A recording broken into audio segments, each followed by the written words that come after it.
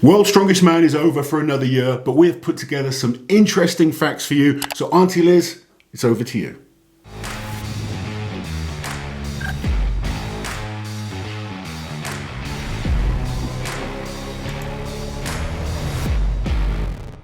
Before we get stuck into it then, what a competition, Lozzie.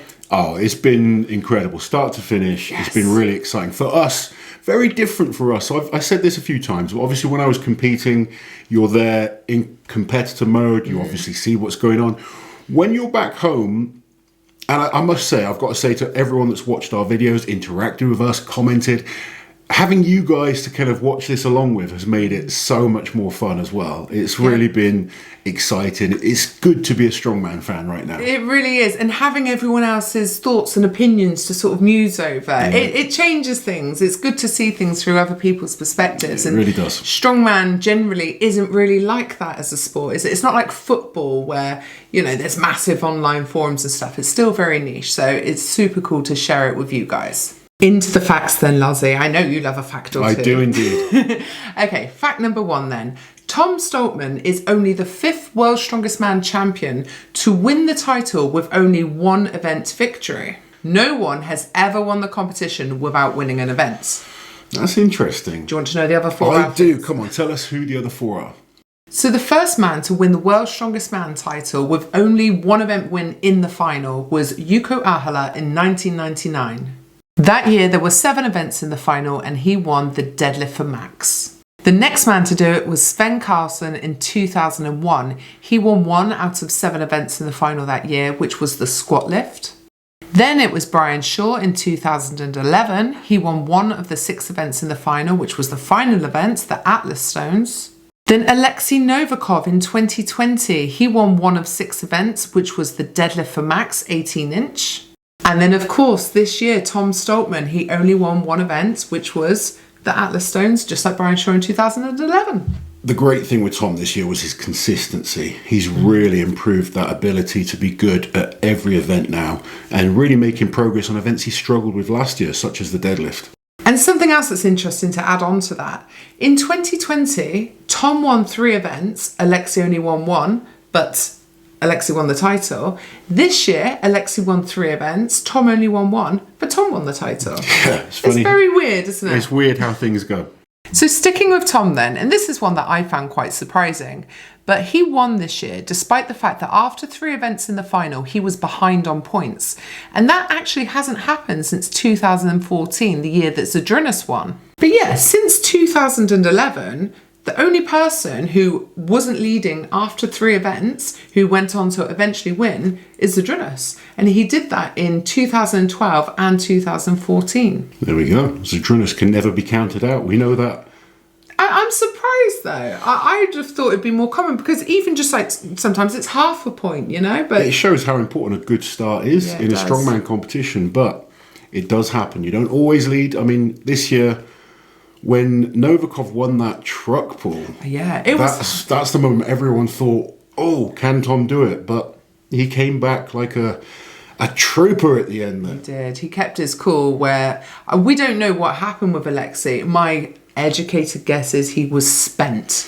Well, if you think the energy that he put into that world record Flintstone lift, the effort that he must have put in to win that truck pull, and he really gave everything in the heats as well. He wasn't holding back. No.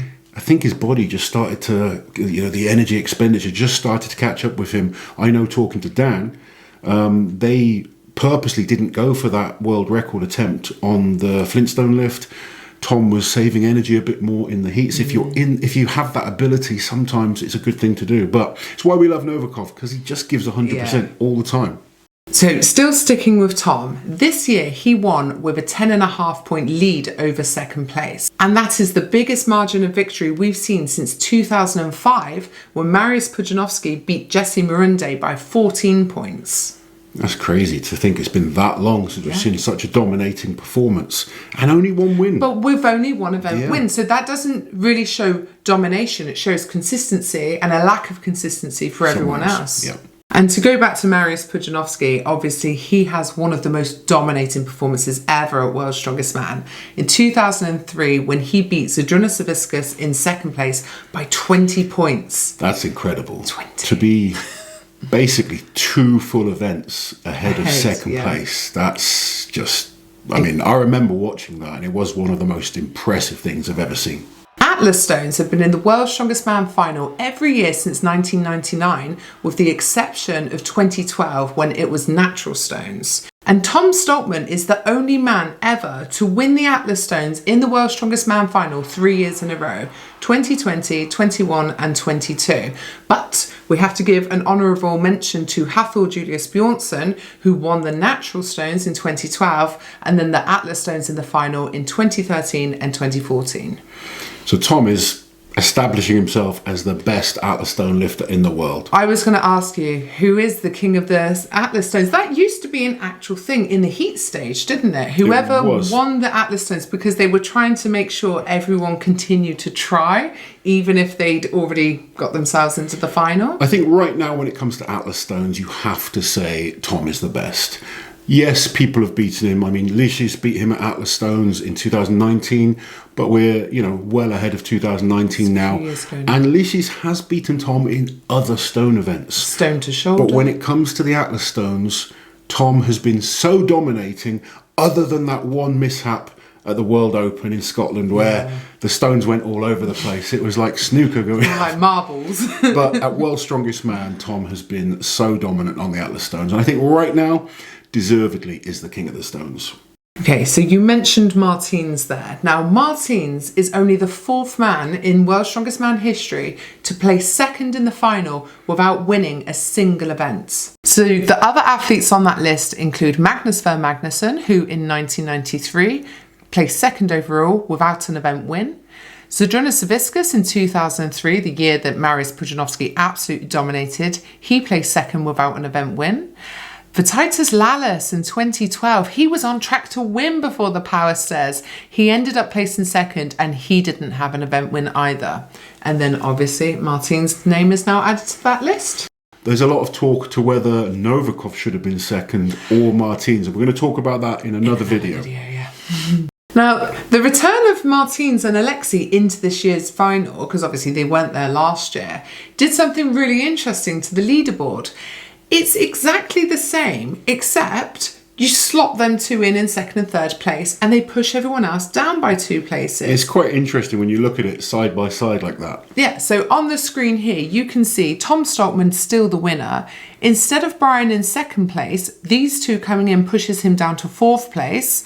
Then behind Brian is Maxime, who was 3rd last year, now 5th this year. Then you have to take out JF and Constantine because obviously they weren't in the final this year. And it goes to Trey Mitchell and Luke. So not only do they push everyone down by 2, but they're all in the same position. It's really weird, isn't it? That is strange, and it shows how good Novikov and Martins are and how missed they were from last year's competition. Luke Stoltman has been in the World's Strongest Man final 3 times now, in 2019, 21 and 22. And 3 times he's ended up in 7th place. But the record for the most finishes in the same position belongs to Zydrunas Savickas, who placed second 6 times. That's incredible, especially to think he won 4 titles as well. I know. Obviously, for first place finishes, that record still belongs to Mariusz Pudzianowski, who's won the competition 5 times. And the tie for the most third place finishes belongs to Brian Shaw and Hathor Bjornsson, who have both ended up in that position 4 times. Incredible names there in that top 3 positions. Yes, and that's why a lot of those names are frequently brought up when we're talking about the GOATs. Absolutely. So this year, Tom Stoltman won back-to-back World's Strongest Man titles. This is the 9th time it's ever happened, and he's the 8th athlete to do it because Mariusz Pudzianowski did it twice. So the other athletes that have won back-to-back World's Strongest Man titles, the first ever winner of World's Strongest Man, Bruce Wilhelm, winning the title in 77 and 78. Bill Kazmaier is next on the list, and he actually won 3 titles back-to-back in 1980, 81 and 82. Next up is Jean-Paul Sigmarsson, and this is an interesting one because he won in 86 and 88, but it's still back-to-back titles because there was no World's Strongest Man contest in 1987. Pure strength was kind of considered an alternative, and he won that too. He did win that as well. So, maybe he would have been 3 back-to-back if that was the case. And then another of our world's strongest man legends, Magnus Ver. I said he was the other guy to win 3 titles back-to-back. He won in 94, 95 and 96. And his first ever world's strongest man was in 1991. Then we move on to the era of Mariusz Pudzianowski. His first back-to-back victories from 2002 to 2003. If you guys have seen 2003, he was absolutely dominant. We mentioned it earlier. And then Mariusz again in 2007 and 2008 became a 2-time back-to-back champion. Yeah. One of the greatest of all time.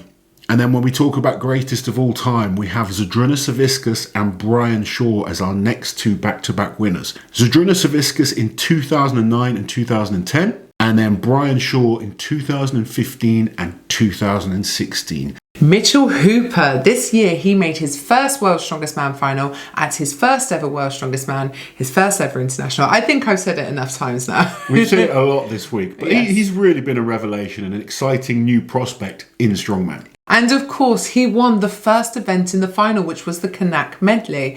But there have been other athletes who have won the first event in their first World's Strongest Man final. And as history tells us, it doesn't guarantee overall success. Those athletes are Mateusz Kiliaszkowski in his first final in 2016. He won the first event, which was the frame carry, and he ended up placing 7th overall. Mike Jenkins back in 2011 in his first World's Strongest Man final, he also won the frame carry, the first event, and he ended up placing 8th, but to be fair to him, he suffered an injury.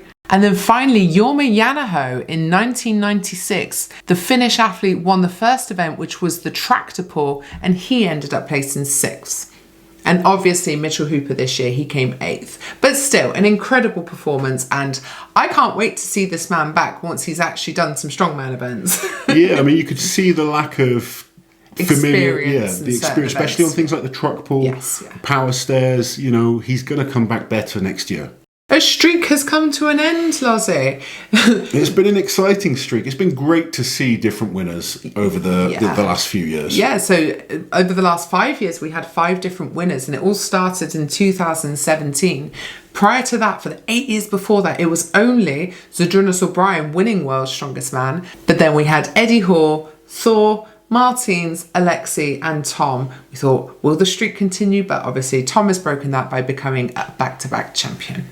So this year, while Brian Shaw obviously didn't get that elusive 5th title or make the podium, he did still break some records. His own records, I should point out. He made his 14th World's Strongest Man final, extending the record that he already held at 13.